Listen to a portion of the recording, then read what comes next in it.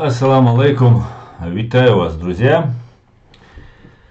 Сегодня 9 декабря 2022 года, 20:00 по Берлину и 23 по Джохару. Маштовый шадерша 20 вечери. Стрим у нас идет в TikTok и в YouTube.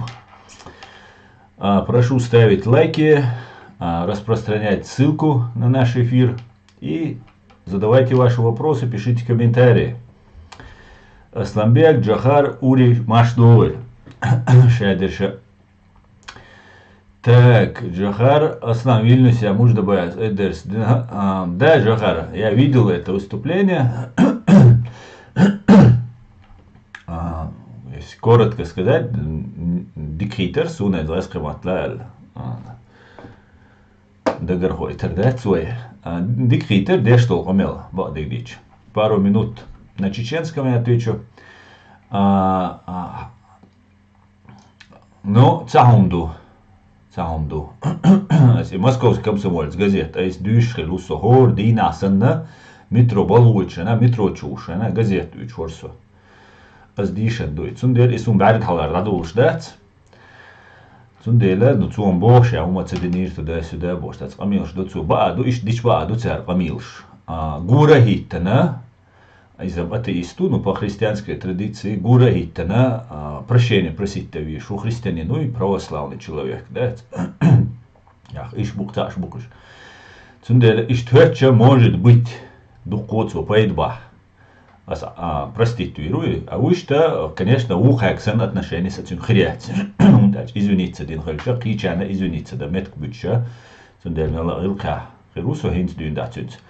Масита динцу извиниться. Но,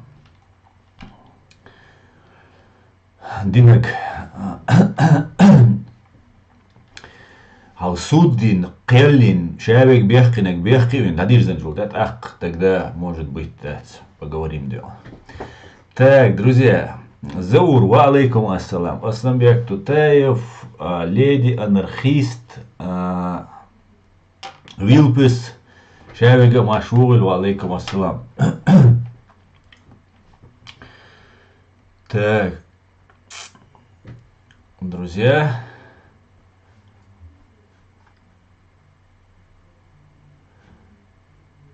как вы знаете, друзья, в Москве произошел пожар.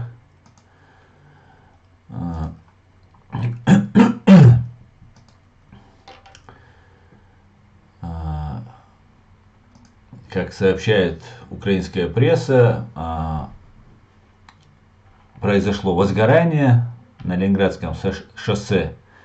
Мега-Химки, торговый центр. Произошло возгорание, произошел очень сильный пожар, 17 тысяч квадратных метров торгового центра охватил огонь, охвачен огнем, и причиной возгорания стали сварочные работы в пристройке к зданию. Как обычно, курили, как обычно, у них все, что не взрывается, что не горит, у них курят. Ну, я полагаю, что такого размаха, такого масштабный пожар, скорее всего, произошел из-за какой-нибудь диверсии.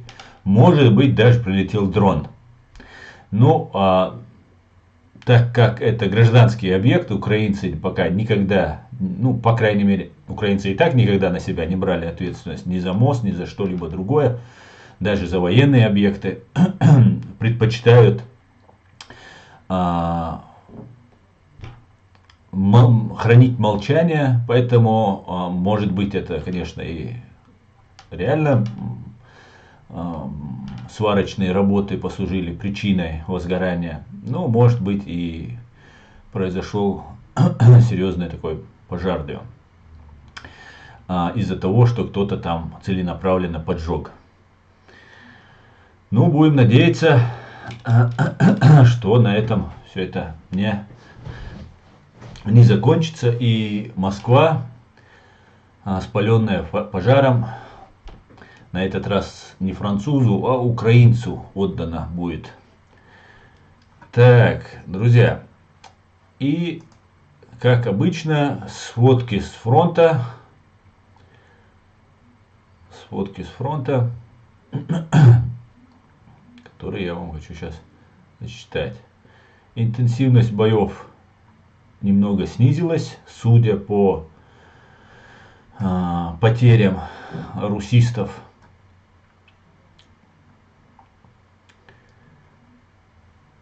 Сейчас я вам скажу более точные цифры.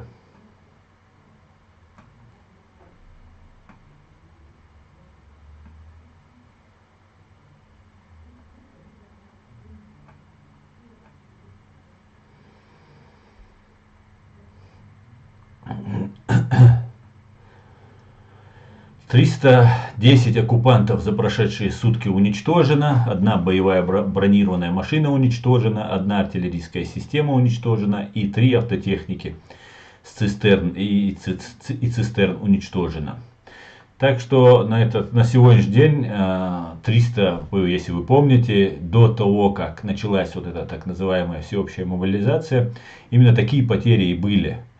Видимо, мобилизованные или разбежались, или же из-за погоды это может быть связано. Может, русские, уже привыкшие текать, снова драпанули, и даже хаймерсы их не достали. Ну, посмотрим, да. Так, перехожу к вашему вопросу. Так,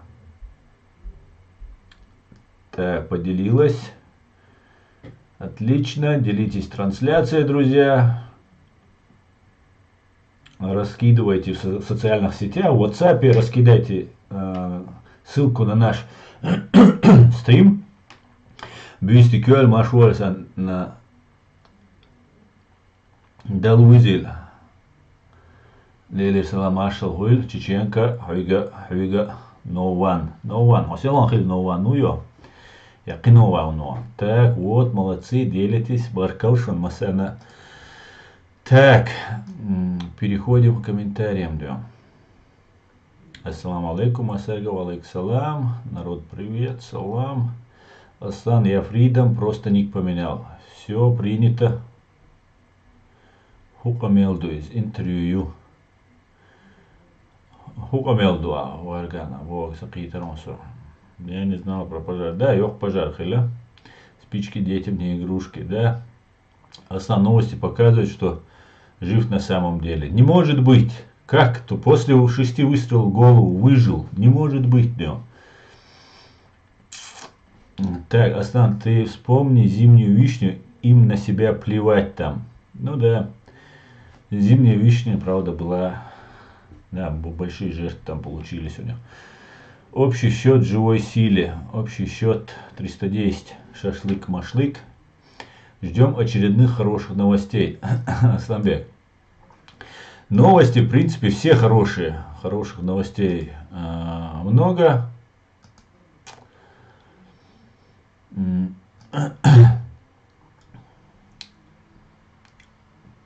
Первая хорошая новость. Премьер Индии Моди отказался от встречи с Путиным. Сообщает нам Bloomberg.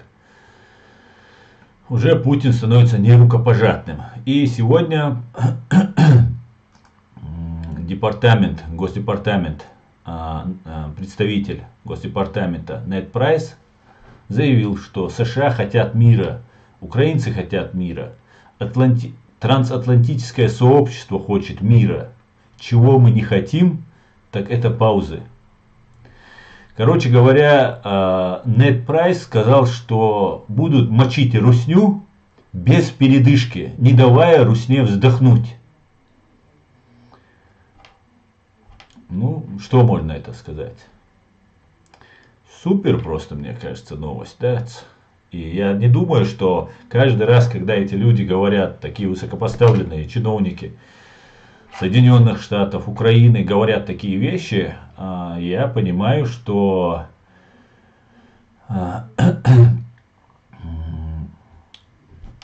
значит, ну, еще больше как бы ставится точка, чтобы мы, такие вот как вы, я, люди, которые, может быть, не особо доверяем политикам, которые могут сегодня говорить одно, завтра другое, они нас таким образом мотивируют и укрепляют в нашей вере, что они не пойдут на попятную. И мне кажется, не пойдут на попятную, потому что слишком много уже сделано, слишком много уже сказано. Убито огромное количество украинцев, как военных, так и гражданских. Поэтому я думаю, вопрос фашистской России уже решен, ли он. Навеки вечное, да? Навеки вечное. Так. Так, ассаламу алейкум. Ва алейкум ассалам. Сою. Нован. Хою селан хилагюй. Селан цагуум шазеш цагур куча сован. Ну, 728 дайцер. Так, ассаламу алейкум. Ва алейкум салам. Осман. Асан, ты видел видео, где маленькие дети в Грозном одеты в военную форму? Это просто маразм. Да, я видел это видео, так мельком, мельком видел, да. Извиняюсь, я еще не выздоровел. Так, сегодня 10 ак показывают, что Тузик жив. Сразу вспомнила твои слова про него, что это фейк. Но фейк в том смысле, что он жив, конечно. И вы должны все запомнить, потому что у нас такая особенность, очень короткая память у нас. Как у некоторых рыбок, у которых там говорят 5 секунд, что ли, это память бывает. Происходит какое-то событие, потом через 5 минут мы забываем, потому что и этим пользуются. Я думал, вот эта пропаганда, вот эта ложь, она действует только на Россию и на русских. Я думал, чеченцы очень взвешенные люди, очень основательные люди, что чеченцы, они, если им подсунуть фальшь, если их обмануть один раз, что они уже перестают доверять и так далее. Ну, я так полагаю, что и среди чеченцев, оказывается, есть такие персонажи, которым плевать. Видимо, сами врут, поэтому им плевать, когда им врут. Главное, что вот какое-то эстетическое удовольствие от какой-то болтологии получают. И никаких целей конкретных не преследуют. А ими одновременно пользуются. Вот в этот момент ими пользуются. Поэтому мы должны помнить, что сын федерального судьи, Ибрагим Янгулбаев, по-моему, Ибрагим его среднего зовут, заявил, что он убит. Что он проводит расследование, что там была куча людей, в него выстрелили, там с подробностями там начали вот это рассказывать. Потом второй есть такой кронпринц, сын, не хочу его сыном президента называть. Вот этот человек начал рассказывать сказки, что вот погиб там и так далее. Потом это подхватило, как обычно, Кавказ Реалии, который на деньги американских налогоплательщиков нам рассказывала, что этот человек убит, основываясь только лишь на лжи какого-то сына федерального судьи. Как мы знаем, судейская система в России подчинена ФСБ. И как эти люди здесь действуют, как их туда на разные представители, так называемые представители Ичкерии, приглашают и с ними пытаются, хотят ввести в наше ичкерийское поле. Так вот, мы этому будем противиться, мы будем разоблачать, чего бы нам ни стоило, нам это уже чего-то стоит, и что бы нам ни стоило, мы будем разоблачать. Это наглая ложь, это было сразу же очевидно. Любому здравомыслящему человеку было очевидно, что его никто не убил. И скорее всего, его никто и не убьет.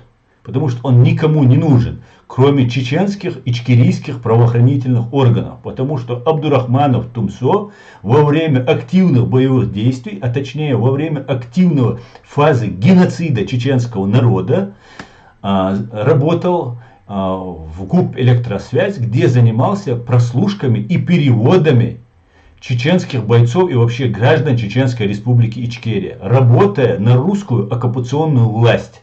Как мы знаем, телефоны мобильные у нас появились не сразу, как они появились там где-то в других местах. Даже когда они появились в России, в Чечню они пришли позже. И наши бойцы, молодые парни, 18-летние, 20-летние, которые не знали, как ими пользоваться, этими телефонами, много-много совершали ошибок, и много-много людей погибло. Именно из этих прослушек, из этих телефонов и так далее. И все люди, которые поддерживают Тупсу Абдурахманова, и все люди, которые вокруг него ошиваются, это есть такие же, они не могут этого не понимать, такие же, как он сам.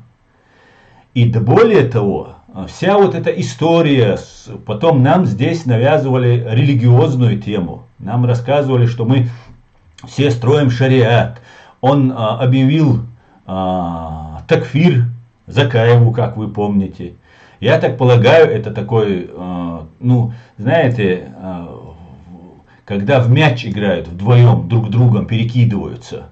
Это того там, а потом они мирятся, и потом они оба становятся такие, ну да, все, мы приходим к единому согласию, там, и так далее, и так далее. Но к единому согласию они пришли бы на религиозной почве. Как мы видим сейчас, так называемый представитель, так называемый Ичкерии тоже сейчас уже там строит шариат там, и так далее, и так далее. Хотя там не поймешь, что одно, то другое. Поэтому мы все должны не быть теми рыбками с 5-секундными памятью. Мы должны помнить это. Это делается не просто так. Эти люди, вот кто вокруг этого пропавшего блогера, прослушивавшего чеченских партизан, и который является братом ФСБшника или ГРУшника Шмакова, или там завербованного их агента Шмакова, который являлся там каким-то там программистом или кем он у них там был. И так далее, и так далее, и так далее. Мы должны это все помнить и не забывать. И те парни, и те люди, и та кровь, пролитая нашим народом, защищая свободу и независимость чеченского государства, она не должна быть нами забыта. Наши герои, мы государство должны строить на памяти тех великих людей. А нам предлагают стереть границу между предателями и теми, кто ушел из жизни, защищая, отдавая все самое ценное, всех своих родственников, которых зверски пытали. Вот такие же товарищи, которые вместе потом сидели и рассказывали, как кто-то там плакал, или как они там сопротивлялся, когда его казнили или убивали, и так далее. Поэтому мы должны строго-настрого эти вещи помнить и не забывать. Мы должны помнить и не забывать, как они все ополчились, и на территории фашистской России их каналы информационные, которые они ведут пропаганду, не запрещены. Мы должны все это помнить. Мы должны помнить, что цель, как у Навального, как у Яшина, как у других разных мерзавцев и имперцев, только лишь Рамзан Кадыров, не Рош, региональный оперативный штаб банды, возглавляемый террористом Игорем Хвостиковым, ранее, сейчас Игорем Кочневым из банды ФСБ по Чеченской Республике. Мы все это должны помнить. Понимаете?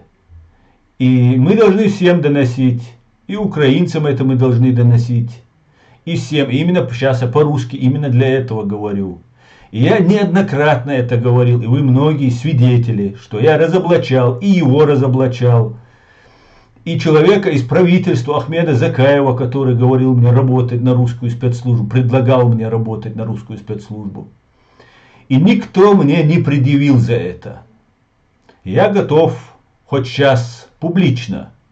Вот эти разговорчики там, я так не сказал, я потом так сказал. Нет, публично, пусть народ рассудит. Публично. В прямом эфире. Я готов с любым из них разговаривать. Как, хоть со всеми вместе. Но у них никогда даже моего имени произнести не хватает духа. Как не хватает у Кадырова, как не хватает у других русских террористов, которые меня ненавидят лютой ненавистью. Как и эти меня ненавидят лютой ненавистью.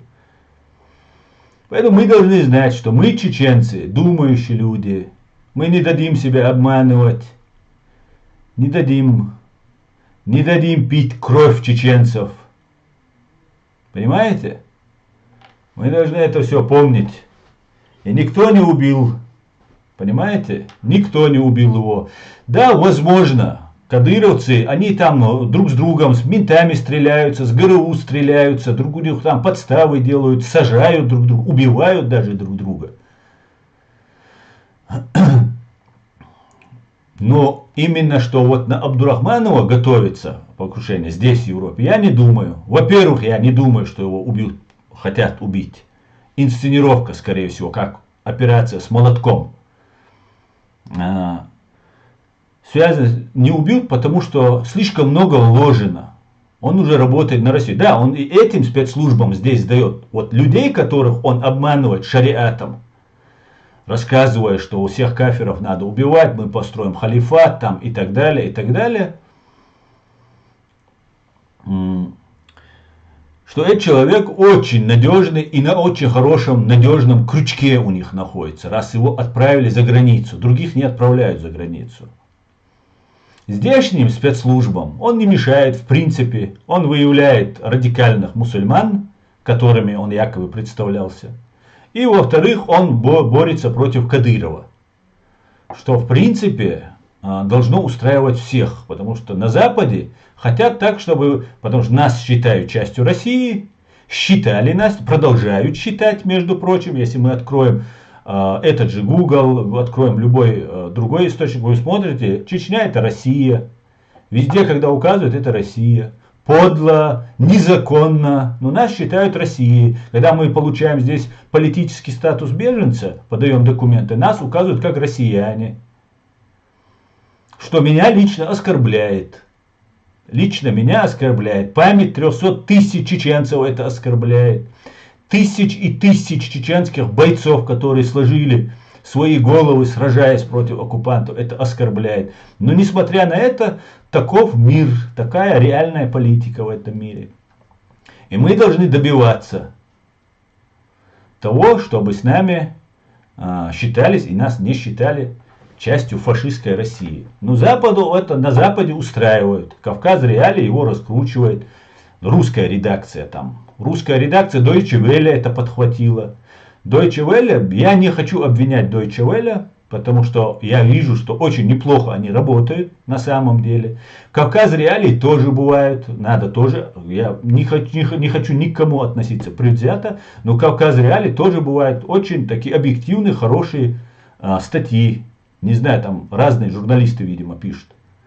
Но есть абсолютно проимперские, прикидывающиеся такими, видимо, независимыми какими-то объективными журналистами, которые везде пытаются нас представить частью России, раскручивали, упорно раскручивали вот этого врага Кадырова, что 300 тысяч у нас убил Кадыров, а мне почему-то казалось, что это бандармия России, террористическая банда ФСБ, их банды МВД, ФСИН. Вот эти все террористы и убийцы убивали нас, а не один Кадыров. Вот какая ситуация. Вот какая ситуация. Поэтому мы должны все это помнить и не забывать. И чтобы они, какую бы грязь на меня не лили, что бы они против меня не предпринимали, они предпринимают огромные усилия, чтобы меня заткнуть. Чтобы на моем канале постоянно ведется работа, чтобы мой канал не расходился, чтобы там не смотрели. Например, у меня видео, которое я залил 3 дня назад в ТикТок, набрало там 220 тысяч просмотров. На этом канале, на YouTube канале, оно у меня набрало там чуть больше 1000, по-моему. 1500, может, сейчас уже. Это говорит о том, что не дается развития, потому что нету ни монетизации, ничего нет на территории фашистской России, запрещен. Потом они применяют разные там хитрости, чтобы канал не работал. Они одновременно подписываются там 10-20 человек и сразу же включают видео и отключают, и отписываются. И это YouTube дает по его алгоритму показывать, что этот канал неинтересный. И вот у меня постоянно скачет. То добавляется, то отбивается. Отписывают моих подписчиков. Мои знакомые здесь отписывают. Ну, это много раз я говорил. Я писал в YouTube и так далее, и так далее. И так далее. Но YouTube есть в Москве. Их офис. По крайней мере, у меня такая информация есть. Ну, они вот делают то, что делают. Поэтому мы должны знать, мы не согласны, мы свободные чеченцы, и ничего не изменилось из-за того, что они убили всех наших лидеров, посадили, возбудили уголовные дела против многих и оставили. Теперь есть мы. Вот мы есть, и мы будем всегда, что бы они думали, что бы они не хотели. Да, Аль-Мулла. И ничего они с этим поделать не могут. Да, будут убивать. Будут, конечно же, будут. Им не проблема, не впервой, как говорится. Но, несмотря на это, мы есть. И мы останемся всегда. Как тот волк, который вцепился в свою землю, его ветром сдувало, шкуру снесло, мясо, одни кости пока не остались. Вот так мы будем стоять. На своих принципах. И никто нас не может в этом разубедить или заставить нас отказаться от этого. Друзья, перехожу к вашим комментариям. Так, Тумсо, проект ФСБ. Евгений Александрович, совершенно верно. И он, и многие вокруг которого вы его видите. Также есть, конечно, и полезные идиоты, но в основном люди понимают, что делают.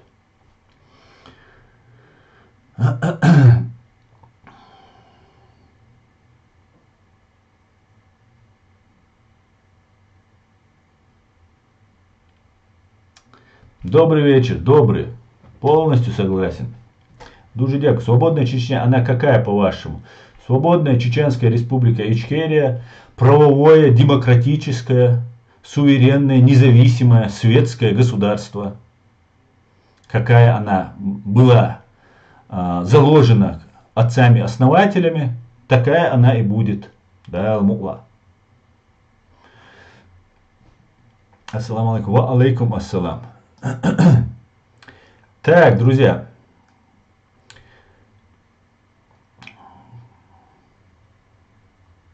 Кстати, Аслан, твой канал теперь доступен только через VPN. Вилпы, что ты имеешь в виду? Теперь даже если поменять в настройках страну, не Россию поставить, в таком случае тоже нельзя, да, на мой канал попасть. Да, они мне сейчас прислали, удалили видео, которое, помните, мы проводили, когда это было,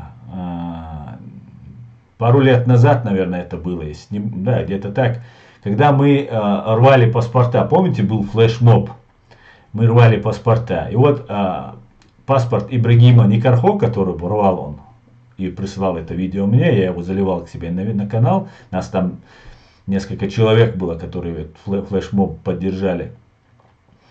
Он как, ну так, немножко засветил свои данные, ну показал, что это он, типа. Все, типа, показал данные, человек рвет паспорт, я подаю апелляцию, русский, который сидит в этом ютубе, он видит это, и мою апелляцию отклоняет. Человек рвет этот паспорт. Я не из-под тишка снимаю его паспорт, или он снимал свой паспорт, а я взял у него, украл и выложил. Человек смотрит в камеру, показывает, рвет это, говорит какие-то слова, что он против этого фашистского паспорта. Сейчас начали эти паспорта рвать. Мы их 2-3 года назад уже, 2 года назад рвали их. Вот это видео мне удалили. Ну, не вынесли предупреждение. На этом спасибо. Ну, смотрите, сколько они пролистали назад. Все мои видео смотрят, чтобы найти что-то, чтобы нанести мне, вынести предупреждение.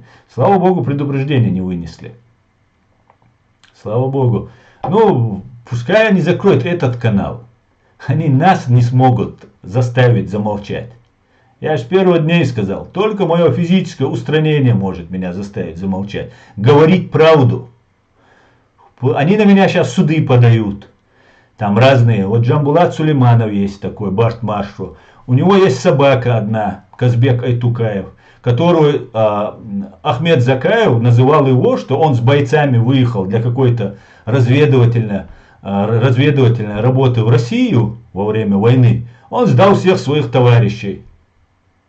А потом сидел в Грозном и русскому какому-то там имперцу давал интервью и рассказывал, что он мог ходить по городу Грозно и кричать «Джохар козел». И ничего, и рядом с Джамбулатом он сидит, у них все нормально, мат у них, они вроде бы радикальные такие мусульманские братья, но мат у них как у последнего сапожника. Вот они таким образом пытаются всячески повлиять, подействовать. Ничего не получится, я же уже сказал.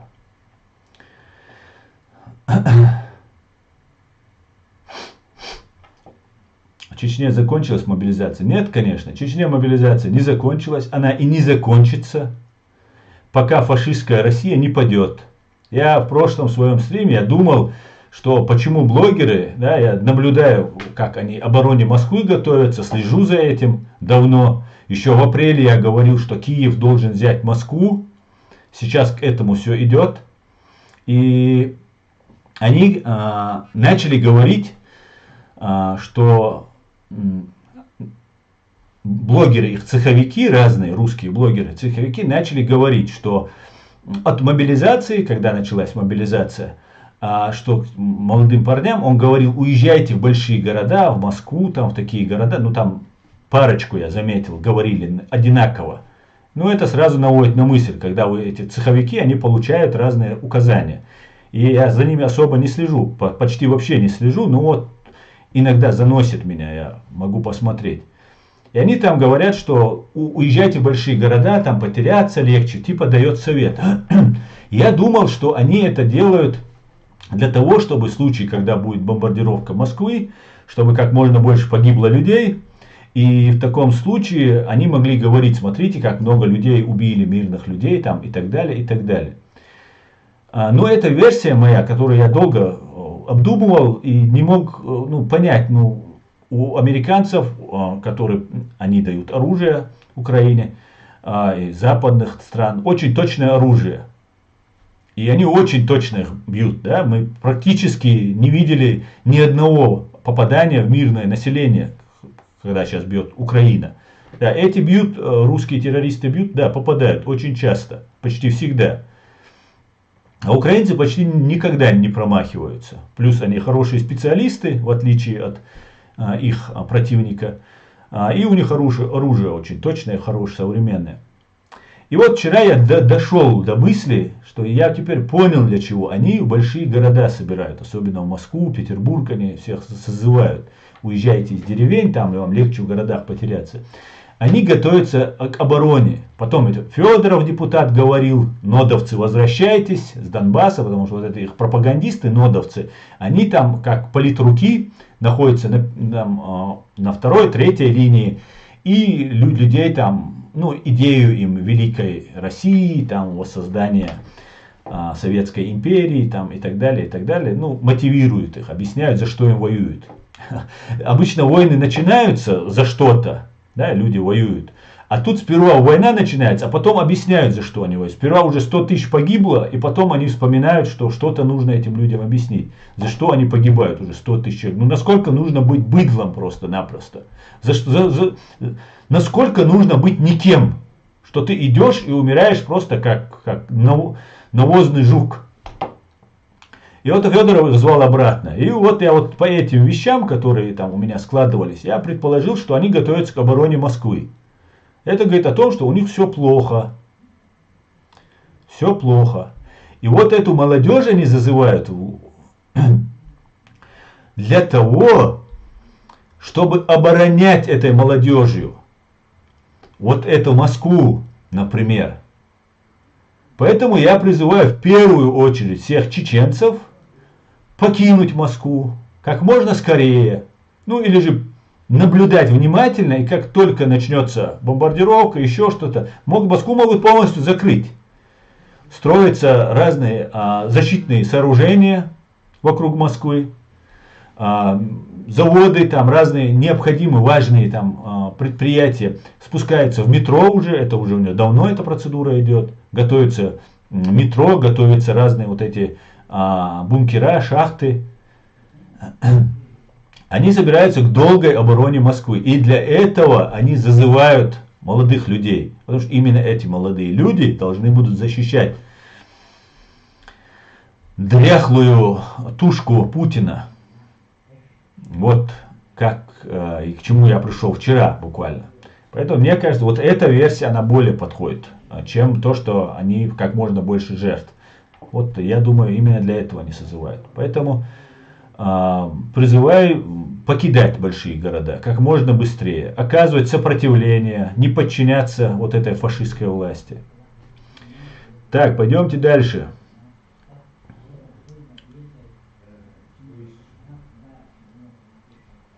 Ну, так, и Украина не пойдет на Москву. Если они вернут Крым, это будет реально достижение. Брат чеченец, ты даже не представляешь, что ты говоришь просто. Почему Москва может пойти на Киев и убивать под Киевом женщин, детей, насиловать 8-летних, 10-летних, убивать там, массово расстреливать, закапывать. А почему эта война, начатая в Москве, не должна вернуться в эту Москву? Я мечтаю о том, чтобы Украина взяла Москву. И не одна Украина. Я надеюсь, Украине будут помогать все страны НАТО. Я на это очень надеюсь. И это оружие, которое достается украинцам, оно еще даже не самое последнее, не самое мощное. Хотя мы видим уже и до Брянщины достает, и до Крымского моста, ну уже 650, там, 700 километров, спокойно дроны пролетают, уничтожают. Никакого ПВО у русских террористов нет, как выясняется, потому что все ПВО сейчас тянуто к Москве. Кадыров стягивает, просит себе, наверное, уже предоставили ПВО для Кадырова тоже. Хотя ему оно тоже не поможет. Кадырова тоже будут уничтожать дронами.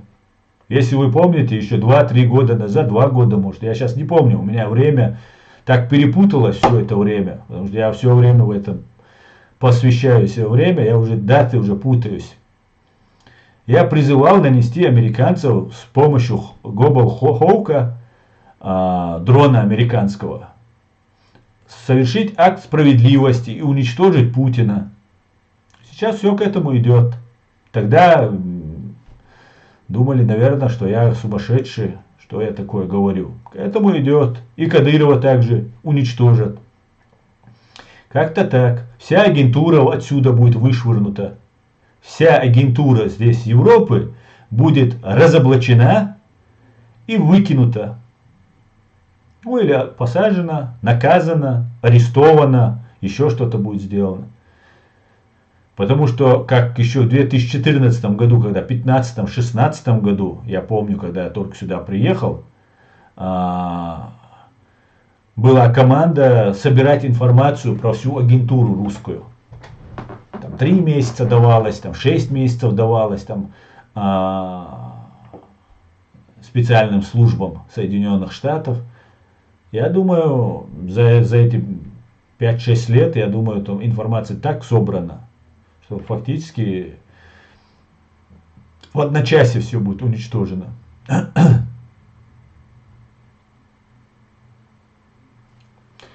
Так, давайте дальше.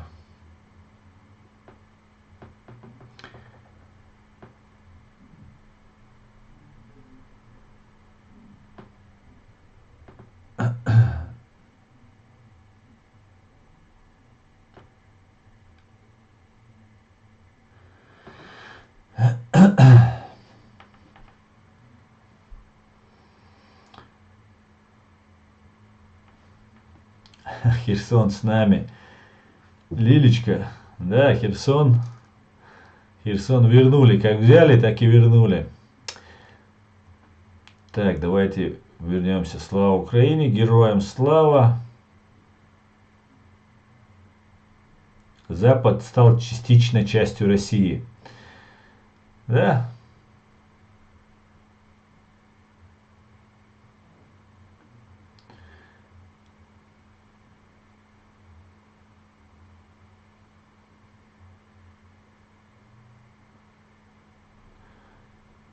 Так.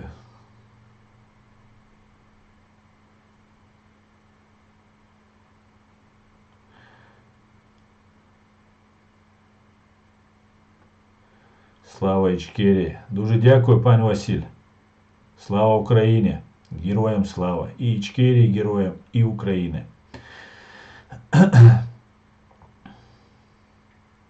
Сотник сказал, что надо в Твиттер, в Reddit уходить, так как YouTube занимается вредительством. Да, YouTube идет на поводу, я смотрю. Ну, уже давно вы все видите, как мой канал гасят, и YouTube никаких мер не предпринимает. Хотя я много раз обращался к YouTube. Ну так, формальность вынужденно соблюдают, когда я уже заваливаю. А так, ну, больше ничего особенного. Уходить с канала я слишком много вложил в этот канал. Поэтому я пока, он уже раскручен, многие знают этот канал. Поэтому я пока его оставлю. У меня есть в ТикТоке канал, сейчас там 15,5 тысяч подписчиков. Хотя я так особого внимания ему не уделял. Сейчас буду больше уделять внимание. И то у меня жалобы, уже он висел на молоске, меня уже банили на неделю. Сказали, что еще раз и может навсегда забанят этот ТикТок канал, потому что я там сам совершал ошибок, а те сидят и там с подзорной трубой следят, где я там совершу ошибку, чтобы быстренько накатать на меня жалобу.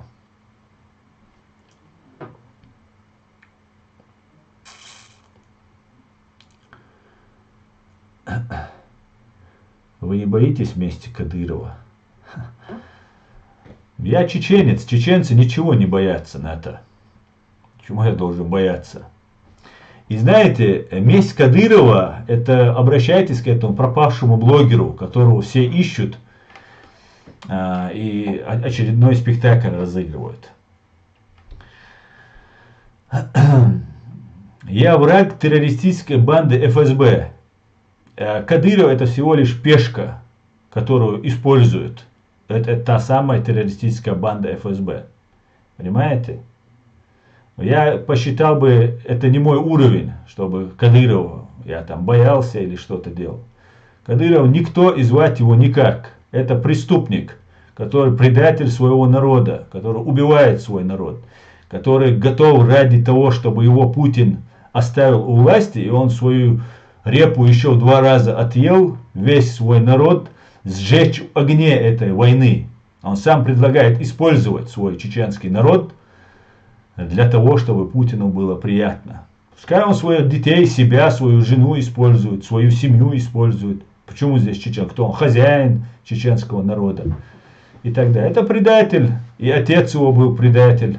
Это правда. Я никого не оскорбляю.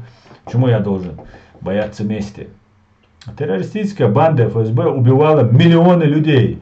Начиная с ВЧК, НКВД и так далее, и так далее. Поэтому все мы ходим под Богом, все когда-то родились и когда-то умрем.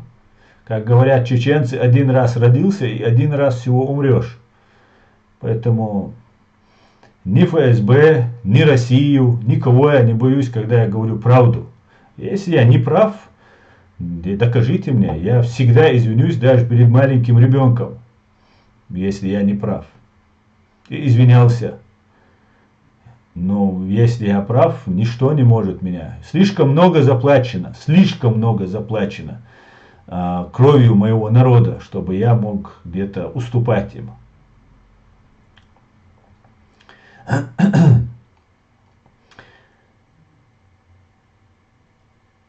Как будете праздновать «Приношу Украины»? Победу вы имеете в виду, победу Украины. Вместе с украинцами буду праздновать.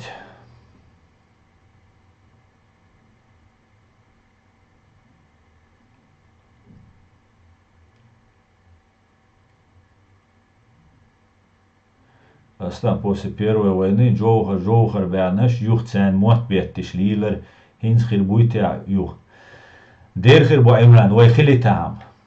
Vai problēma Selana dīcenes nohčumā tādūčā Selanda. Somara dīcen.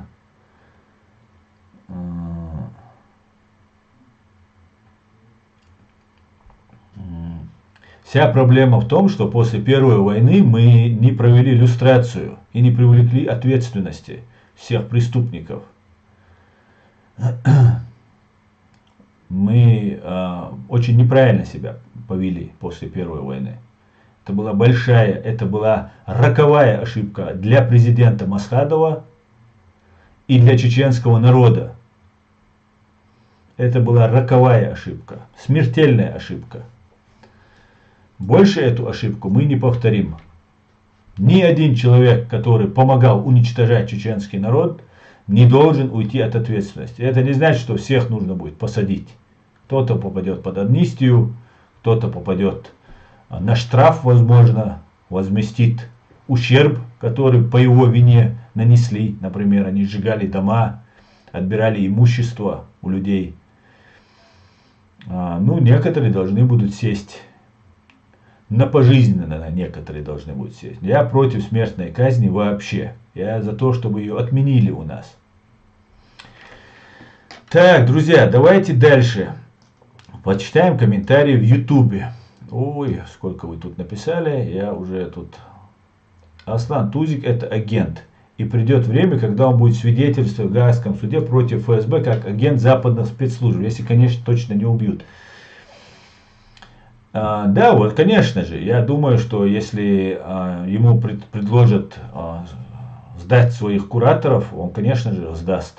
Куда ему деваться? Но там другая проблема.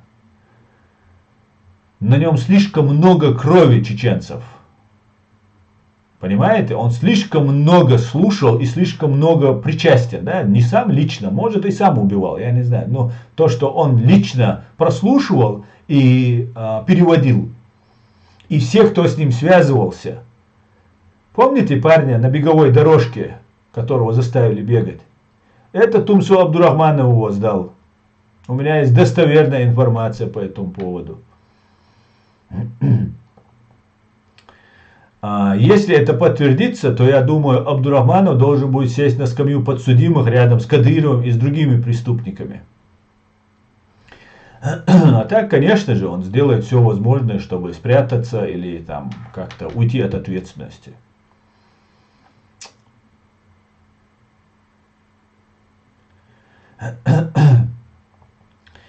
Так.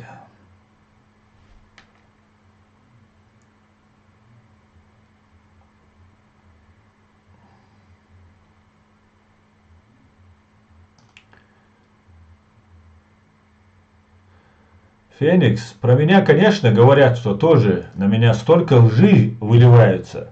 Ну а ты мне покажи человека, который говорит с фактами, как я это говорил. Что я работаю вообще на какие-либо, не то что на вонючую ФСБ, террористическую банду, на любую, на западную спецслужбу, на какую-то. Скажи, что я работаю. Я независимый человек и собираюсь им остаться. А то, что говорят, много чего говорят на базаре. Ты больше слушай, что на базаре говорят. Пускай кто-то прямо скажет. Что-то я не видел, чтобы они приводили факты и говорили, что я работаю. Хотя я тебя уверяю, они так прорыли мою биографию, что я вещи, которые забыл, они мне припоминали. И будут еще припоминать. Но они ничего не нашли того, что связывает меня с террористами из банды ФСБ. И никогда не найдут. Поэтому я уверенно так это говорю. Остальное мне плевать просто. А болтать может кто угодно. Я лично этому и ему, и другим говорю, давайте, если вы честны, давайте ответьте на мои вопросы. Задайте мне, я отвечу на ваши. Только это будет в прямом эфире, открыто. Но у него не хватает духа выйти со мной, говорить на эту тему. Понимаете? Они зарабатывают бабки, они делают работу, которую им поставила Россия. Я не зарабатываю никаких денег. Я это делаю от души чисто, из желания доказать правду, которую мой чеченский народ лишили гражданских прав, всех прав. Право на жизнь лишили мой чеченский народ.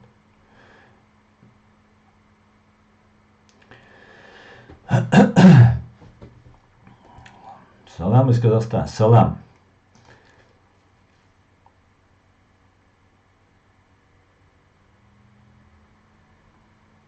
Да, Астан, теперь та маленькая хитрость не срабатывает. Там красным написано, что канал недоступен. Любой бесплатный VPN решает проблему. Да, Вильпес, я им очень мешаю. Вы даже, ну, может быть, кто-то и представляет, насколько я им мешаю. Вы даже не представляете, чеченцы, какая афера здесь проворачивалась. И как вот ни к селу, ни к городу я и мои товарищи появились и мешаем осуществиться этой работе этой матрицы. Мы такой сбой в матрице получился. У них все уже было на мази. И тут какой-то человек приехал, тут начали что-то там говорить и делать. И то это, знаете, с какими препонами и помехами это делается. Но ничего. Мы настроены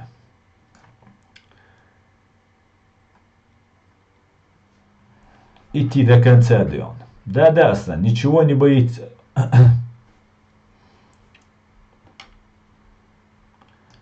Так. Очень много украинских беженцев в Европе также утверждают, что в Буче зверствовали чеченцы. Вчера там были замечены два человека из частной военной компании кадыровцы, как вагнеровцы. В основном это были русские и другие национальности. Да, есть такой блогер или расследователь, кто он там, Христо Грозев.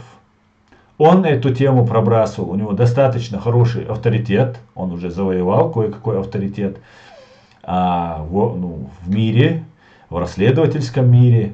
Там, помните, отравление Навального, правда, был такой просто галимая постановка это была, в которую я лично не поверил. Но другие вещи так он классно излагает, там проводятся какие-то работы, там и в Буче тоже проводятся расследования. И вот пытались вот это все взвалить на чеченцев. Но там не нашли чеченцев. Два человека из ЧВК кадыровцы. Я их называю попы. Путинское охранное предприятие я их называю. Попы кадыровцы. Вот там реально не нашли. Ну да, ведется работа. Вот Папа Римский, чисто, как и положено, фашисту, расисту, высказался, что это чеченцы с бурятами, оказывается, плохие, а русские, значит, святые товарищи. И они не совершают такие страшные преступления. И это все откладывается в голове у людей. У Папы Римского большая паства. В мире сотни миллионов католиков. Поэтому, конечно же, это очень такое...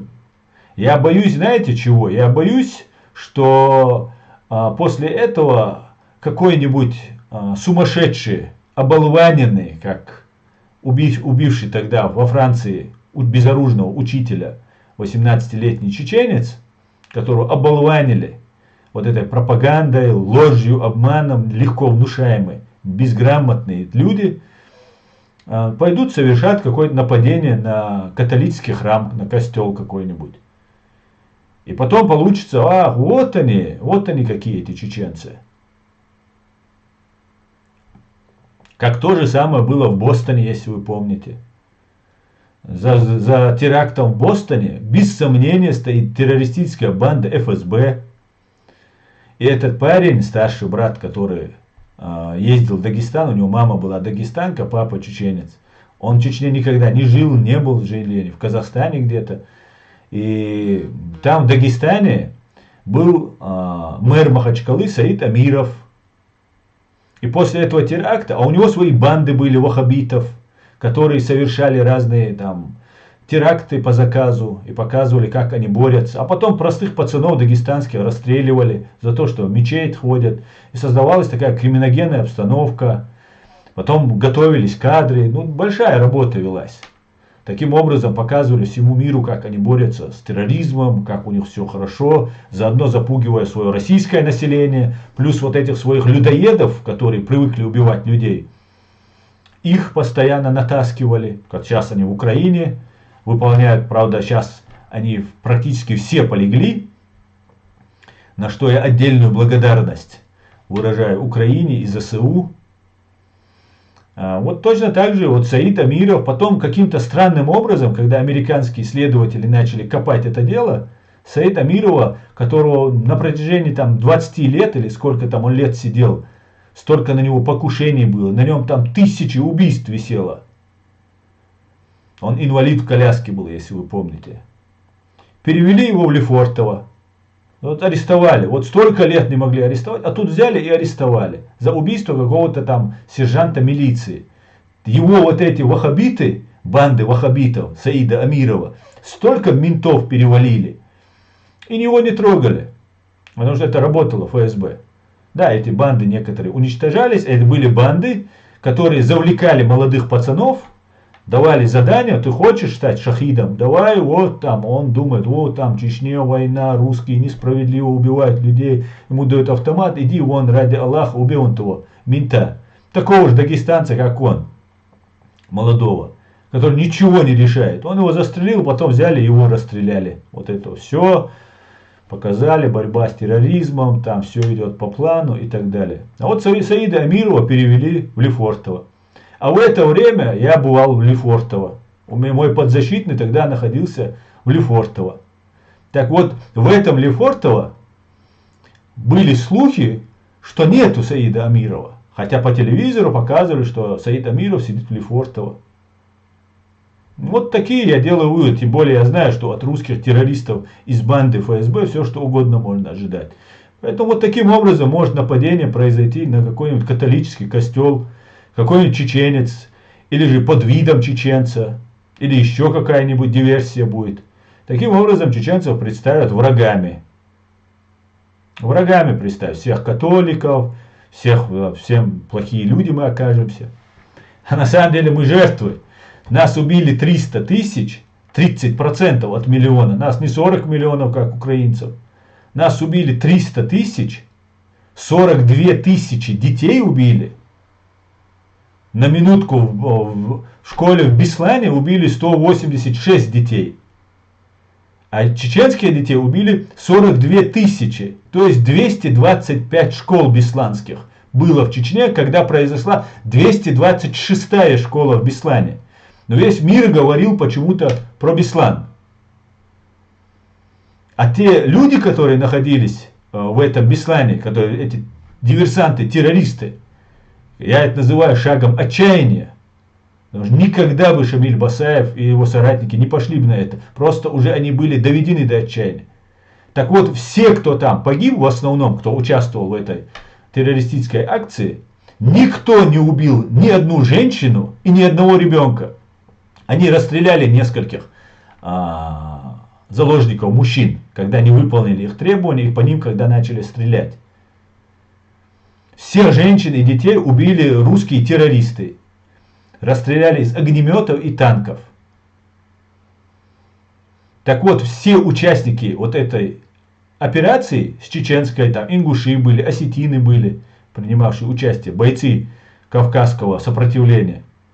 У них все семьи были. Мать убита, дети убиты, жены убиты, братья убиты, отцы убиты, изнасилованы, порваны, разорваны. Все было. Люди просто в отчаянии были. И после этого только произошла 226-я школа. И весь мир сказал: о боже, нападение на школу. Да, это ужасно. Конечно, больше ужасного ничего нет на этой земле. Но до этого 225 таких школ было в Чеченской Республике. 42 тысячи детей убито.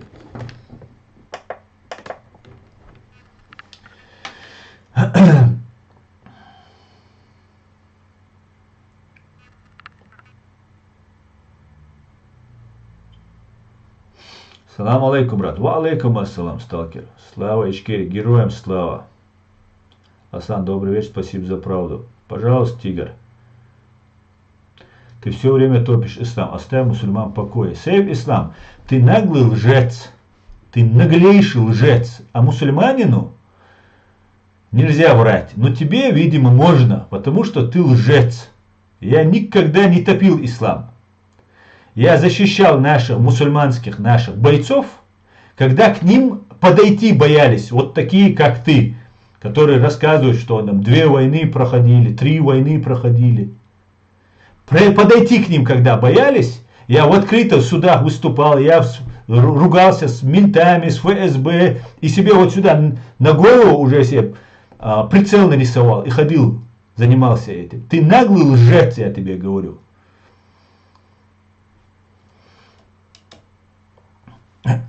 Ассаламу алейкум, салеми вежди ижди.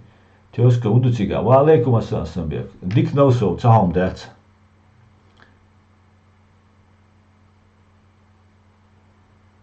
Салам алейкум, ва алейкум салам, Влад. Так, друзья. Давайте поговорим на другую. Переключимся на YouTube, Дион. Я на некоторые каналы заходил, там про тебя писали, что ты, и даже им ответишь, так, я тебя понял, Дион. Да, ты вообще спалился ты не по-детски, Дион. Так, не нужно тут играть в детские игры и на все задавать вопрос почему. У вас есть руки и голова, и у вас есть в доступе все стримы и ролики этого канала. Ищите, вы найдете. Вилпес, дуже дякую, как говорят наши друзья-украинцы. Аслан, ты их щелкаешь. Только так, Асланбек, только так. Они предприняли все, что у них можно. Они разоблачили свою агентуру. Эта агентура еще очень долго себя вела бы очень аккуратно. Если бы мы их сейчас не начали, тогда бы еще не начали разоблачать. Они сейчас уже действуют открыто, у них другого выбора нет. У них запущен сценарий. И по этому сценарию они будут действовать. Что бы ни случилось, пока их не остановит закон. Когда закон это сила. Пока закон, сила их не остановит, они будут продолжать действовать, у них другого выбора нет. Помните, как сказал Абдурахман Ахтарханов? Да, любой, кто сотрудничает с террористической бандой КГБ, он становится навеки слугой и пленником этого учреждения. Таков неписанный, но железный закон. Они слуги и пленники, они будут выполнять. Но мы их разоблачаем, они уже открыто действуют. Вы многие еще не понимаете, но вот те стрелы, которые на меня летят, они их выявляют. Они их выявили уже. Многих выявили. Достаточно, кому нужно, сидеть просто, записывать и вычислять. Сейчас они очень аккуратно со мной себя ведут. Вначале они думали меня там нахрапом взять, они подумали там очкарик. Сейчас мы его быстренько-то припугнем, там купим, там еще что-то сделаем. Ничего у них не получилось. Как говорится, недооцененный противник. Нет ничего опаснее недооцененного противника. Так, поехали дальше, Дион.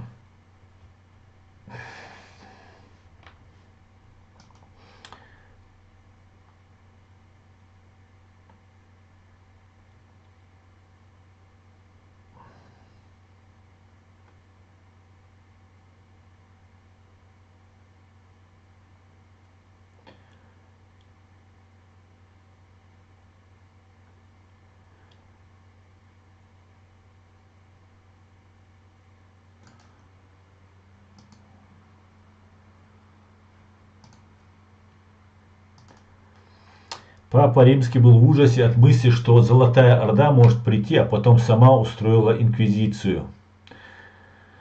Так, Машу, если им не воняет от себя после этого, они никогда не завоняют. Да, у них нос заложен. Видимо, у них очень коронавирус очень мощный, да, когда пропадают все рецепторы. Испокон веков, нас испокон веков хотят очернить, приписать, куда делся этот комментарий, приписать на нас убийцам, живоден тогда не получится, и не получается, и не получится, да, мула. Как бы эту войну в итоге не назвали чечено-украинской войной, уже не назовут. Не назовут уже эту войну так. Во-первых, там есть наши бойцы с первых дней. Иса Мунаев, Муслим Чеберлоевский, Далгазу от Обалдой, Иса Амина Акуева, Далгазу от Обалдой. Поэтому ничего у них не получится. Ничего. Но они стараются. И мы не должны сидеть без дела. И мы не должны сидеть без дела.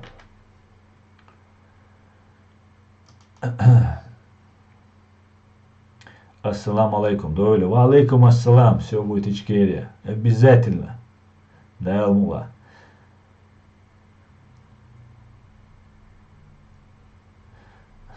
Ичкерия борц. Так. Как же в России растут цены еще год, и все, хлеб по 200 рублей будет. Так, чеченцам, во-первых, нужна азбука. Пишет человек с армянским ником. У чеченцев есть азбука. Ты за нас не беспокойся. У нас все есть. Да, наш язык занесен в список исчезающих языков, потому что мы, в отличие от многих, не ложились под русских, а сражались с ними. И поэтому многие наши соседи украли нашу историю. В том числе наши историки утверждают, что это сделали армяне. У нас есть и свой и алфавит есть, и все у нас имеется. Ну, кое-что мы потеряли, конечно, из истории. Очень много Россия пыталась вытравить из нас, выбить из нас нашу историю, но у них ничего не получится. Так что не волнуйтесь, думайте о Карабахе. Мы разделяем ичкерийцев вид Кафыровых. Спасибо большое. Мы тоже разделяем тех хохлов и украинцев, настоящих свободных украинцев. И правильно делаете, что разделяете. Спасибо вам за это. Так, с моего города украинское общество поставило машины отряду шейха Мансура. Супер, отлично, Дион. Отлично.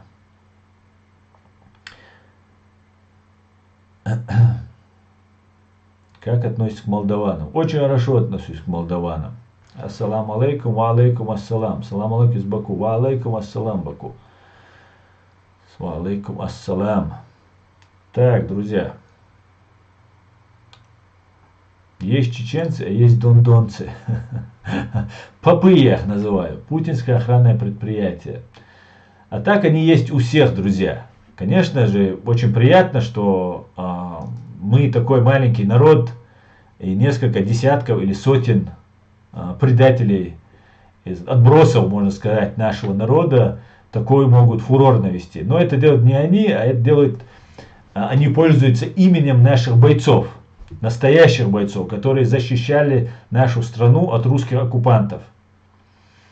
И русская пропаганда, которая их преподносит какими-то там головорезами там, и так далее, и так далее.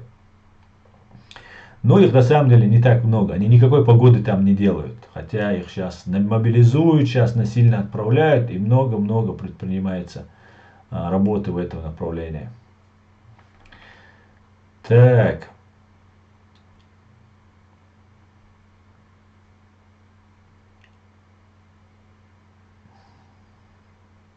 Сам Валай, не знаю, откуда берутся ногчи, юбох, щел, провокаторши. Ну ничего, Дион. Мы же есть, значит все отлично, Дион.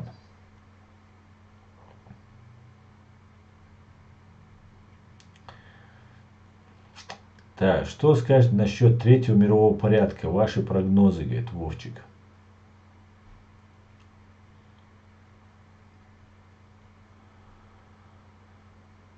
Ну, прогнозы, я не знаю, какие можно давать прогнозы. Мировой порядок меняется. Я очень надеюсь, что фашистская Россия, которая незаконно находится в ООН, будет либо выкинута из ООН. Это очень большая сложная тема, потому что слишком много договоров подписано. А как мы знаем, в ООН находится не Российская Федерация, а СССР. Понимаете? И вот как только Украину присоединят, Казахстан присоединят, Беларусь присоединят, Грузию присоединят, там Таджикистан, Узбекистан и все остальные тоже присоединятся. И они скажут, а вот мы СССР, давайте мы восстанавливаем свою границу. Латвия, Литва, Эстония, пожалуйста, вернитесь. Потому что нас обманули, там что-то произошло, мы ошиблись. А у них там были же выборы тогда. И народ проголосовал якобы за сохранение Советского Союза, они тогда говорят. И вот такая вот ситуация планировалась. И воссоздается Великая Русская империя, где террористы из банды ФСБ и других, если вы заметили, Советский Союз же не развалился как таковой, правильно? Его никто насильно не разваливал. Американцы и Запад боялся, что он развалится. Потому что на их фоне американцы и Запад выглядели просто самыми святыми людьми. Я их так воспринимал. Я и сейчас их очень хорошо воспринимаю. Но тогда, когда мы слушали Радио Свобода, когда мой отец слушал Радио Свобода, там Deutsche Welle, там немецкий Голос Америки настраивали, слушали. Мы думали, здесь люди просто все святые. Такими, которыми мы сами и являлись. Почти, скажем так. И тогда не хотели разваливать Советский Союз. Но Советский Союз понимал, что их колхозная экономика не вытягивает.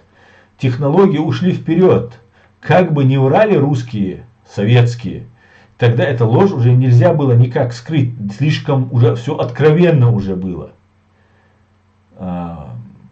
Власть врала, люди делали вид, что верят. Власть знала, что не верят. Но все делали вид, что верят. Потому что вот эта генетическая память рабов от крепостного права, потом перешедшее в коммунистическое рабство, или социалистическое, или как совковое рабство будет правильно назвать. Эта память, она оставалась. И они переформатировали СНГ. На местах КГБшники, Шеварднадзе, Алиев, Назарбаев, то там Кучма, по-моему, в Украине был, другие, третьи, где КГБшники были сильны, они там остались. Литва, Латвия, Эстония, так как у них было правительство в изгнании, были силы там и так далее, они быстро сумели вырваться. У них было правительство, они были намного подготовлены к этому. Мы, чеченцы, тоже вырвались. Мы 3 года жили свободно, независимо. Россия вывела первая республика. Еще в Украине войска стояли, в Балтии войска стояли. Еще не вывели воинские части. Первая республика была Чеченская республика. В 1992 году вывели, в июне, вывели российскую армию. Это не признание Чеченской республики. Для того, чтобы войти в новую Российскую Федерацию, нужно было подписать федеративный договор. Мы с Татарстаном не подписали. Мы, Чечено-Ингушетия, и Татарстан. Ингуши сказали, проголосовали, там сказали, мы хотим остаться с Россией. Пожалуйста, мы дали свои земли, Дудаев, два района отдал им, чтобы у них получилась полноценная республика. Потому что Ингушетия очень маленькая территория. И по-братски разошлись и построили свое государство. И через в 92 году мы приняли Конституцию в марте 12-го, а 93-го в декабре русские приняли свою Конституцию, куда незаконно нас писали, хотя мы федеративный договор с русскими террористами не подписывали, и нас писали незаконно. Татарстан подписал, мы не подписали. И уже было решено на нас напасть и начать восстановление Великой империи, советской, КГБшной империи. Никакая она не русская. Знаете, некоторые русские, которые заступаются за Путина, там говорят, вот там, я понимаю их логику. Да, наш сукин сын есть такой, да, если это наш сукин сын, то все, наш русский. Тут у нас в Германии есть такие русские, которые топят за Путина там и так далее. Так вот, вы топите не за русских, я вас хочу обрадовать. Вы топите за КГБ, за тех палачей, которые всегда вас, и в том числе и русских, убивали. Просто вы, русские, как самое большое число, вас это КГБ использовало, чтобы убивать и нас, и украинцев, и казахов, и грузин, и других, и остальных.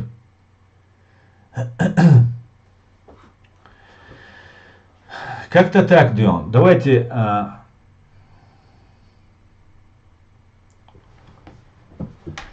Aslan biyak mobil отска ашара вайцахиллерга да юмадовел. Амин юзер.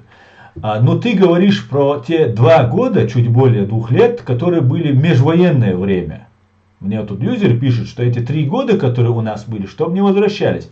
А давай по-другому так мы скажем тогда. Не эти 2 года, когда вся республика была уничтожена под ноль, город лежал в руинах, а 3 года, которые были до Первой войны. Когда весь Советский Союз развалился, у всех был голод, холод, большие проблемы. У нас цена на хлеб не вырастала. К нам, Дагестана, соседних республик приезжали закупать хлеб. Мы давали бензин, наши по талонам выдавали, просто бесплатно выдавали людям бензины. Делились, вот это все народное состояние. Каждый месяц выдавались талоны людям. И мы были самая развитая. У нас были рейсы, у нас самые большие рынки образовались. Вы не представляете, как мы начали развиваться. У нас появились асфальт, которого не было тогда на всем Северном Кавказе. На немецких технологиях приехали в первый раз, только Советский Союз развалился. О чем вы говорите? Те 3 года ужасных, про которые ты говоришь, юзер, они были ужасны, потому что мы были в нищете после 2 лет кровопролитнейшей войны, потеряв более 120 тысяч убитыми, потеряв все заводы, фабрики, все, что только возможно. И вот эти 2 года, которые были у нас, работала активно русская агентура и русская разведка. Совсем это же сами они потом рассказывали. Перебежчики рассказывали, потом по пьяни они рассказывали. Тут много можно покопаться, если вы интересуетесь информацией. По зонам, как сейчас удивляются, Пригожин там собирает по зонам и так далее. Так вот, по зонам и в Первую войну собирали. И когда война закончилась, черноволосых брюнетов, 1-2 там дагестанца, там чеченца, ингушат добавят, таких же мерзавцев и подонков. И банды были, которые совершали убийства, грабежи, криминогенная обстановка. А мы, чеченцы, не жили в недемократии. Наши воины, которые шли впереди и завоевали нашу свободу после Первой войны, многие не умели управлять государством, не представляли, что такое геополитика, что происходит в мире. Именно поэтому эти 3 года были ужасными. Нам рассказывают про похищение людей, про убийство, про все это было, правда. Но всегда эти бабки, кто получал, передавал, всегда там появлялись где-то ФСБшники. Если бы хотели бы, как говорили, наш антитеррористический центр, чеченский, ичкерийский, давайте вместе задержим и ФСБшников, которые привозят эти бабки. Березовский эти бабки возил, тоже обменами, выкупами. Это все это так было сделано. Мы оказались инструментом.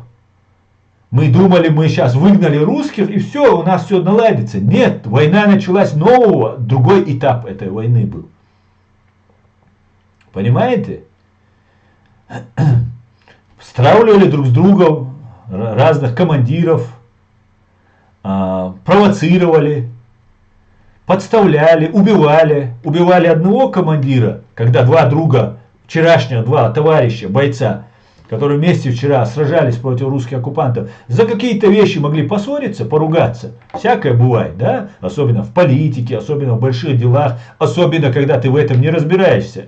Ты можешь мочить русню, но это не значит, что ты можешь там грамотно вести какие-то юридические дела, какие-нибудь политические. И потом он уезжает, а его убивают. И сваливают на это. Ну, конечно, все видели, что этот с ним поругался. И ты доказывай потом, что ты не верблюд, что это не ты сделал. Плюс убить человека, который завтра в новой войне его уже не будет. А началась новая война. Поэтому все это не так однозначно, как кажется. Не так однозначно. Всему виной в войне в Чеченской республике Ичкерия, в войне против Украины является террористическая банда ФСБ, которая считает, что она должна владеть всей этой территорией, и им нужна история Украины. На чеченцах они потренировались, разграбили как раз советскую собственность, которой наши отцы и деды копили, стали хозяевами, и им нужно легализоваться на законных основаниях, стать дворянами, чтобы их дети и внуки могли на законных основаниях получать эти миллиарды и миллиарды, которые они абсолютно незаконно захватили. Вот и вся история, которая была. Ладно, друзья, давайте вернусь. Аслан, по-моему, страны Балтии не голосовали в референдуме за сохранение СССР. Ну, может быть.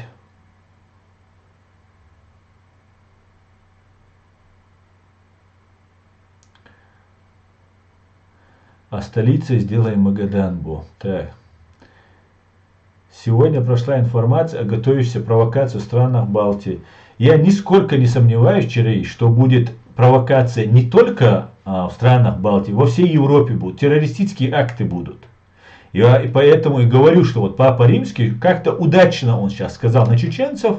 И сейчас я боюсь, что будет нападение, вероятно, на какой-нибудь католический, там, какой-нибудь духовный центр, какой-нибудь с большой бородой сядет где-нибудь, скажет: иншаллах, машаллах, мы тут отомстили католикам, Папа Римский, подлец, мерзавец, они сжигали людей на кострах, вели крестовые походы, мы отомстили, убьют какого-нибудь бедолагу, женщину, мужчину, какого-нибудь зарут и скажут: вот как это произошло.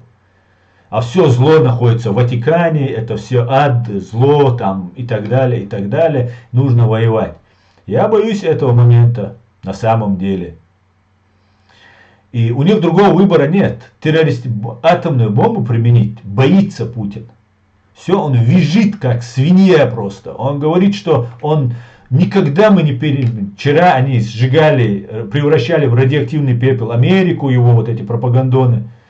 Одной ракетой уничтожали остров Великобританию и так далее. А теперь, видите ли, они говорят: да нет, мы никогда, ну у нас, конечно, оно мощное, но мы никогда не первыми не применим. Ну, кроме ядерного оружия есть еще биологическое, химическое, еще много-много чего есть. А самое главное, что у них есть, это терроризм. Сам Советский Союз, вот это ВЧК, зарождалась как террористическая организация. Это их суть, они другими быть не могут, они террористы по сути. Всегда, все время Советского Союза КГБ вел террористические действия. Красный сентябрь, да, или октябрь он назывался. Вот этот Шакал, вот этот террорист. Палестинские террористы. И много-много террористов, за которыми всегда стояла КГБ. ИГИЛ, который сейчас мы недавно увидели в новом свете. Да, это единственный их козырь. Они могут сейчас начать терроризировать всю Европу. А здесь боятся политики, они же не бойцы, которые сейчас в Украине сражаются. Нет, политики это такие ботаники, которые умеют там считать деньги, где-то как-то правильно, социально складывать, помогать людям. Это такие наемные рабочие, они не бойцы. А ему подкладывают бомбу, его дверь намазывают новичком, его там со снайпера расстреляют, там со снайперской винтовки, еще что-то. Люди боятся. И начинают... Запад все это время боялся. Единственное, кто не боится, это Америка и Великобритания. И то нам говорили: да, мы, извините, внутреннее дело России. Вот сейчас мы посмотрим, какое внутреннее дело России. Здесь перевороты готовятся, теракты проводятся. Ведь много террористических актов, которые совершали русские здесь, или связанные с русскими.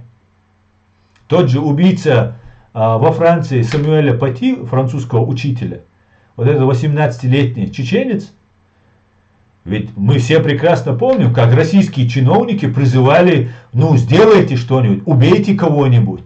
Они там Коран оскорбили, они карикатуру нарисовали. А потом российские чиновники назвали в честь вот этого убитого парня, вот это, его тоже убили, в честь него назвали улицу, потом быстро сняли информацию, быстро, потом раз и быстро убрали. Но факт есть, Мы свидетели, как они призывали. Адам Демирханов, Рамзан Кадыров, еще там с такой репой один сидел постоянно там, что-то рассказывал. Это террористы, самые настоящие. Это террористическая банда ФСБ. Я ничего не придумываю. Я могу все это доказать.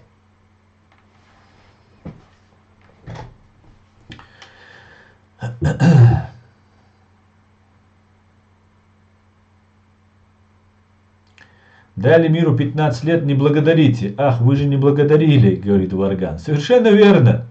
Совершенно верно. Джохар Дудаев понимал, он прекрасно знает, это генерал советской армии был. Он знал, какие силы и возможности есть у фашистской России. И он говорил и рассказывал, что после Чечни будет Крым, Украина. Он знал их планы. Знал, что они будут собирать этот Советский Союз заново. Но когда ему сказали, а что вы чеченцам предлагаете делать? Он сказал драться. Драться на смерть. Почему он так сказал? Как вы думаете? Он же мог сказать, давайте договоримся с русскими. Он не мог сказать, как Кадыров? Да, он же мог так сказать. Мог как-нибудь аккуратно сказать. Народ понял бы. Спасение народа. Ну, кто-то, может, не понял бы, конечно. Так вот, он выступал против империи, против того, что сейчас делает Валерий Залужный, 1975 года рождения. Так вот, 1944 года рождения Джохар Дудаев следующему поколению Валерию Залужному и таким людям дал время, чтобы они выросли, стали генералами и продолжили его дело. Причем, имея опыт. Да, посмотрите, как украинцы окопы копают. Вы видели, как они окопы копают? А теперь посмотрите, как на видео, если вы найдете, как чеченцы окопы копают. Это чисто наши окопы. Как чеченцы никто не окапывался. И вообще, за одну ночь чеченцы с одного населенного пункта, расстояние 3-4 километра, с одной и с другой стороны друг другу навстречу могли копать. Копались вот так, потому что как окопаешься, так выживешь. Это тот опыт, который мы передаем украинцам. Мы показываем, как не надо разговаривать, как не надо договариваться. Вот сейчас русские предлагают договориться, перемирие, там что-то, давайте поделим.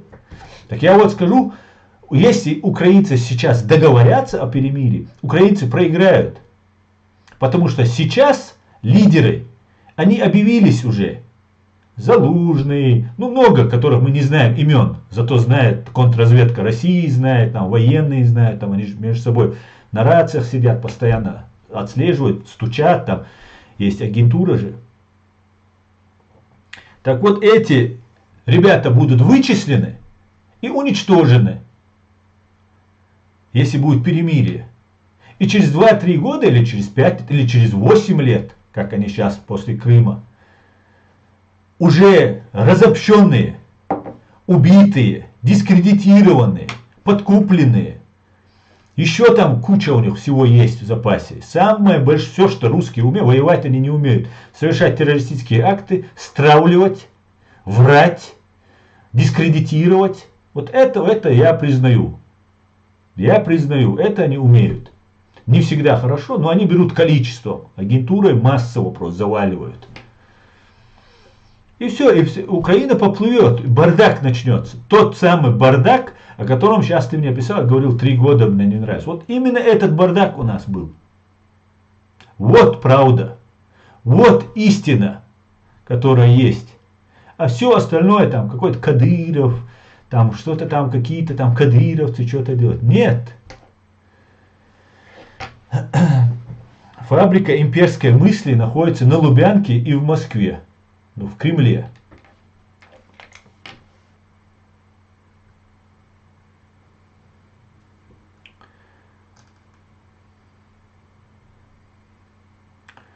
До Первой войны, конечно, не все было хорошо, но мой родственник Даев, министр транспорта, организовал закупку дорожно-строительной техники из Германии и начали строить дороги.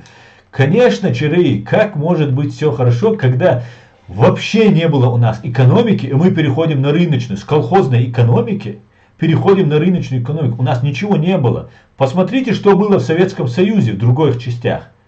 И тогда можно сравнить с другими регионами. Посмотрите, что в Украине было.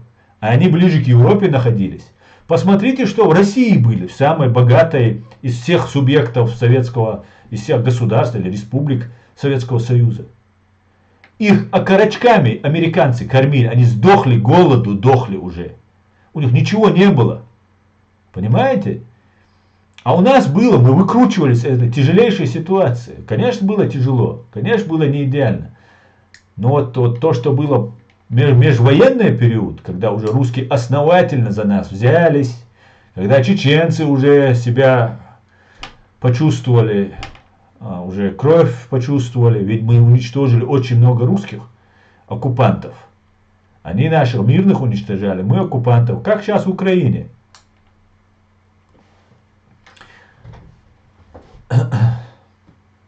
Так. Стратегический ресурс России — это дешевые манкурты. Да.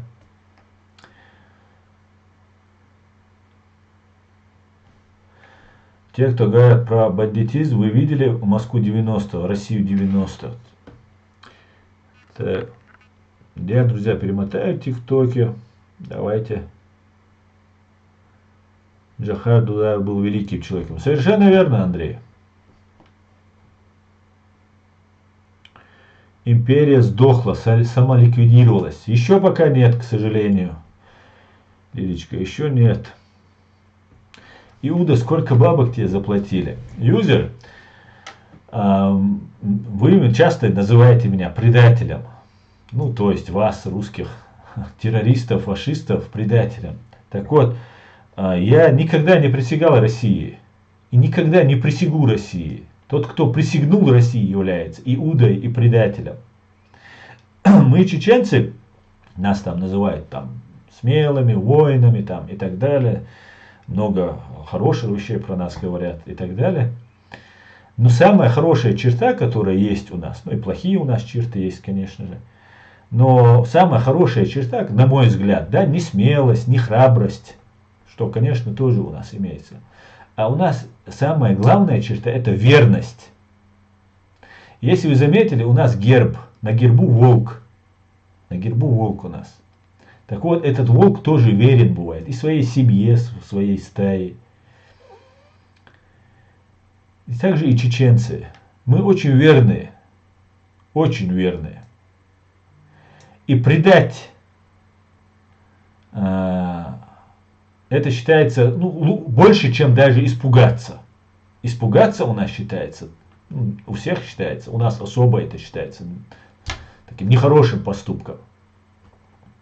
Так вот, самое выше, чем даже смелость и храбрость, у нас у чеченцев ценится верность.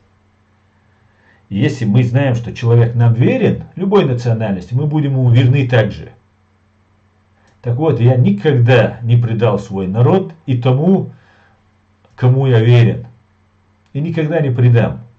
Но те мерзавцы и подонки, которые перешли на вашу сторону и убивают нас, вот они иуды. Они предатели. И если не в этой жизни, то обязательно Бог с них спросит. Они уже прокляты. Они от самого главного чеченского принципа отошли, от верности. Но мы его возродим. Возродим так, чтобы никогда больше в истории чеченцев никому не было повадно становиться предателем.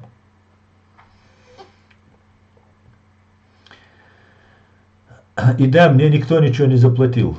Я делаю это бесплатно, от души делал. Так, один чеченец много наговорил здесь. Через 2 дня приносил свои извинения, но его не простили. Я понимаю, я видел эти видео, бред какой-то. Я бы тем чеченцам, которые какого-то пьяного человека, который называет себя чеченцем, я видел в ТикТоке разбрасывается видео, какой-то полудурок пьяный, что-то там несет мат, перемат и так далее.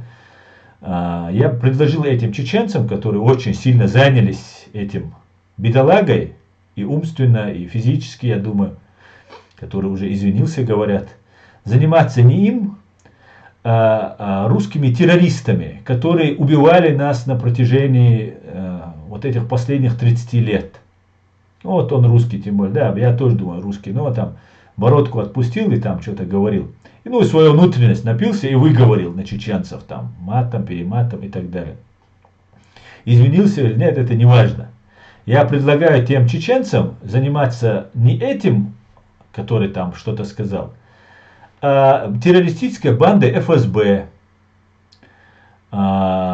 преступниками, которые убивали нас, разными агентами засланными, в том числе и чеченскими, которые здесь являются, а не заниматься ерундой.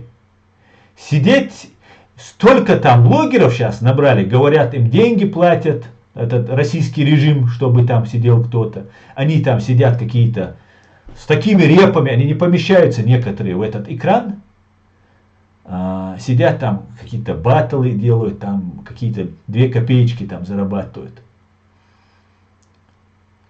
И никто из них не говорит о правах чеченского народа. Никто не говорит о том, что насильно чеченцев отправляют на войну. Они являются соучастниками этого, они не понимают этого. Они думают, о, нам дают там 300 евро за то, что мы здесь ведем эти блоги, там болтаем, еще зарабатываем на донатах. Кстати, спасибо за подарок, который мне сейчас только что сделали. И вот эти люди ничего не говорят про свой чеченский народ. Ничего не говорят, как людей отправляют. Хотя бы слово скажите, говорите, что-то делайте. Там есть один у нас парень в Берлине, из Кирханов его фамилия. Вот он иногда что-то может сказать. Он сидит все время, там я его замечаю в этом ТикТоке, он говорит. Остальные вот с такими репами, вот с такими бородами, иногда наступают на свои бороды, когда быстро идут. Не говорят про свой чеченский народ, про то, что сейчас у нас идет 44 год, 23 февраля, 21 сентября 2022 года сейчас они устроили. Забирают всех, отправляют на войну чеченцев. Сахунцовыш аш, валлахи, и Амадушун. Я.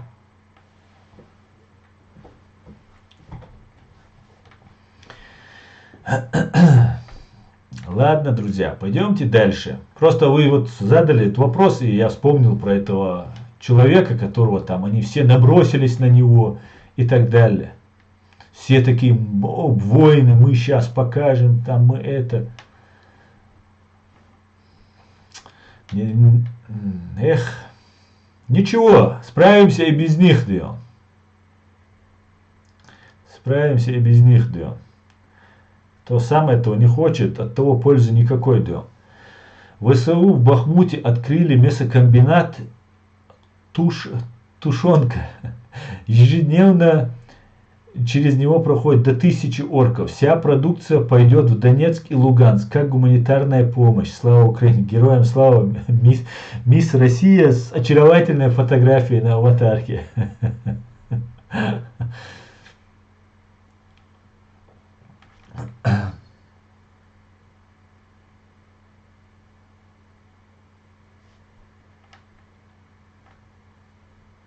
Так, я тоже против такого применения силы со стороны наших чеченских мужчин, заставлять извиняться.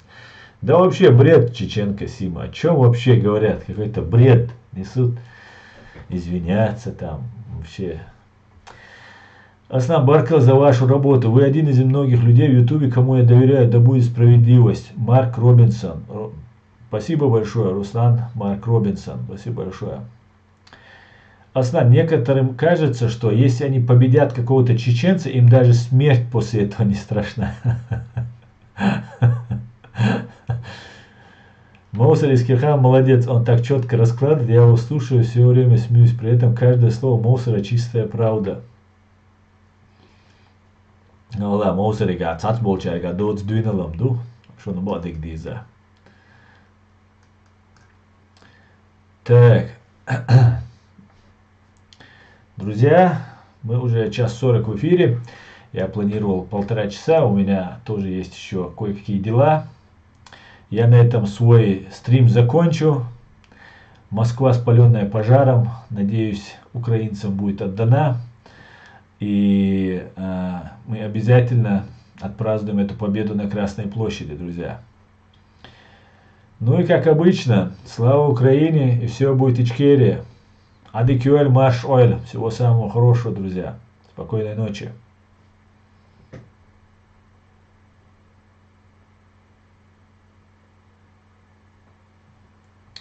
Так, видимо, эти мрачки затеют туз тузиком.